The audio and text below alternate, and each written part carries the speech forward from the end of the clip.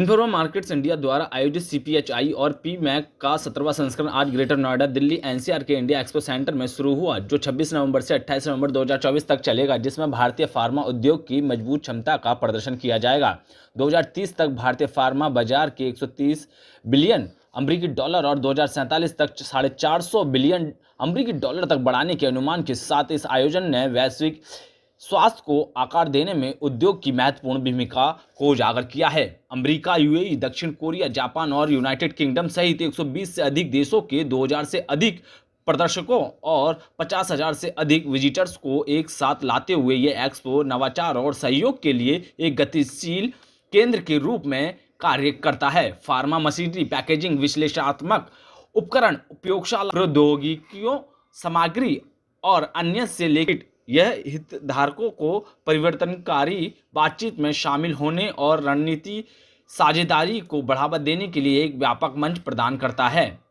सीपीएचआई और पीमैक इंडिया 2024 के भव्य उद्घाटन में उद्योग जगत के गणमान्य व्यक्तियों और गणमान्य लोगों के एक प्रतिष्ठित कतार ने शिरकत की है, जिसने इस आयोजन की शक्तिशाली शुरुआत को चिन्हित किया। इस अवसर पर उपस्थित थे के राजा भानु, महानिदेशक फार्माक्यूसिल, हरीश के जैन, अध्यक्ष फेडरेशन ऑफ फार्मा उद्यमी, नमित जोशी, उपाध्यक्ष फार्माक्यूसिल, एवीपीएस चक्रवर्ती, वैश्विक राजदूत, विश्व पैकेजिंग संगठन राकेश कुमार, अध्यक्ष इंडिया एक्सपो मार्ट लिमिटेड और महानिदेशक हस्तशिल्प निर्यात संवर्धन परिषद ईपीसीएच योगेश मुद्रास, प्रबंधन निदेशक इन्फोर्मा मार्केट इंडिया एडम एड्रेशन, कार्यकारी उपाध्यक्ष फार्मा इन्फोर्मा मार्केट्स वीवी और राहुल देशपांडे, वरिष्ठ समूह निदेशक इन्फोर्मा मार्केट्स इंडिया जैसे गणमान्य व्यक्तियों ने भारत के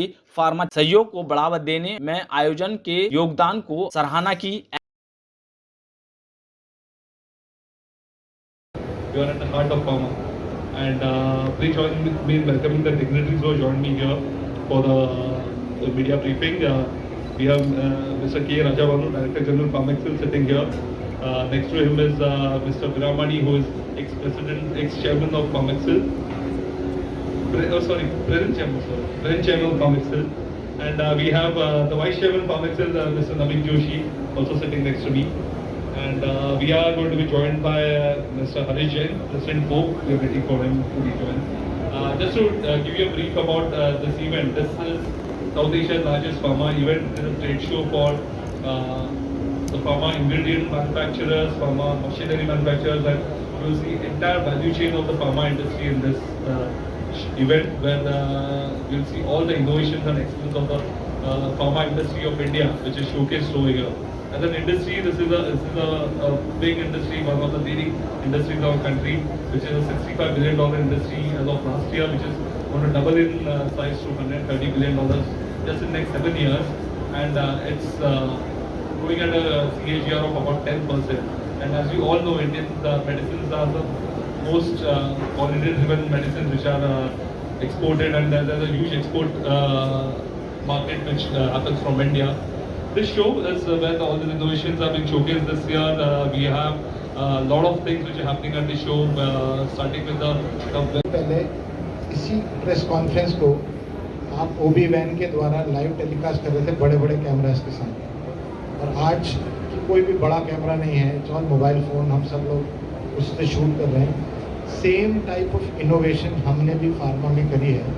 पहले पिल बर्डन बहुत बड़े बड़े होते थे, एक टैबलेट वेट भी बड़ा होता था, तो हम नैनो पार्टिकल में आए, हम बेटर ड्रग डिलीवरी सिस्टम में आए। जेनरिक में है, ज़्यादा इनोवेशन तो कर नहीं सकते, तो हमने क्या किया, हमने चेंज किया, ड्रग को कैसे दिया जाए जो कि सबसे ज़्यादा कारगर सिद्ध हो, तो इसमें इनोवेट किया। इसीलिए भारत की आज की डेट में जो स्थिति है वो काफ़ी मजबूत है ग्लोबल मार्केट में। एंड हमारा नेक्स्ट फेज सस्टेनेबल, सबको हर बिजनेस को सस्टेन करना चाहिए।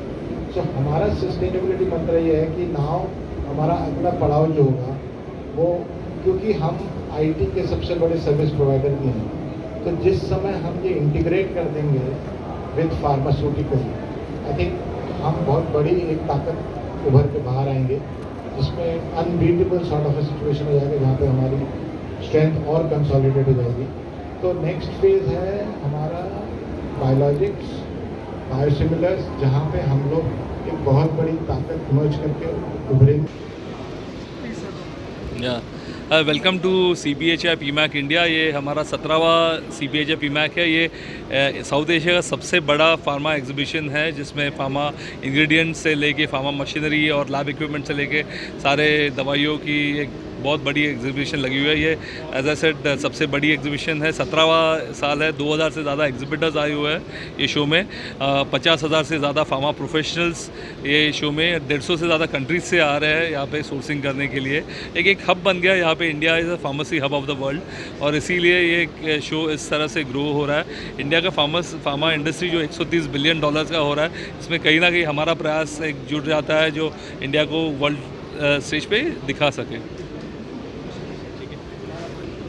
सबसे पहले तो साहब जो हमने मुहिम चला भी रखी है, जो भी डॉक्टर किसी भी medical college, government medical college से पास आउट होते हैं, उनके लिए हमने मैंडेटरी कंपलसरी रूरल पोस्टिंग का प्रावधान रखा है। ये बहुत अच्छा एक हमारा उद्देश्य भी है।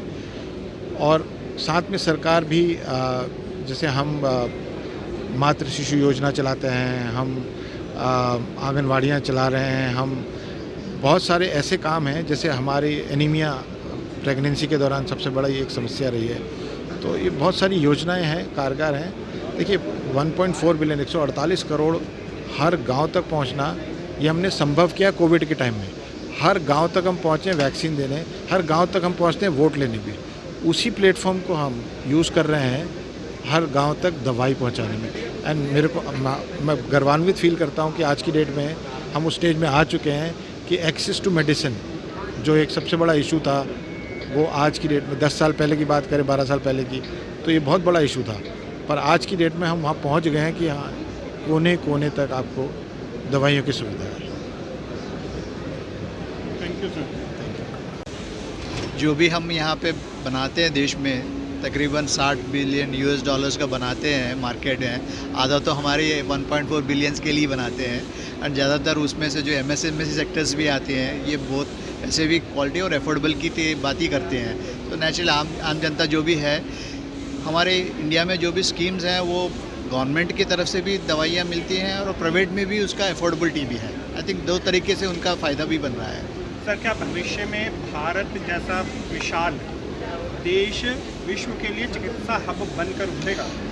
वही तो कह रहा था, हम अभी तक तो 200 कंट्रीज़ को तो एक्सपोर्ट ही कर रहे हैं। हमें फार्मेसी ऑफ द वर्ल्ड बोल रहे हैं। अभी हमें हीलर्स ऑफ द वर्ल्ड भी बन सकते हैं।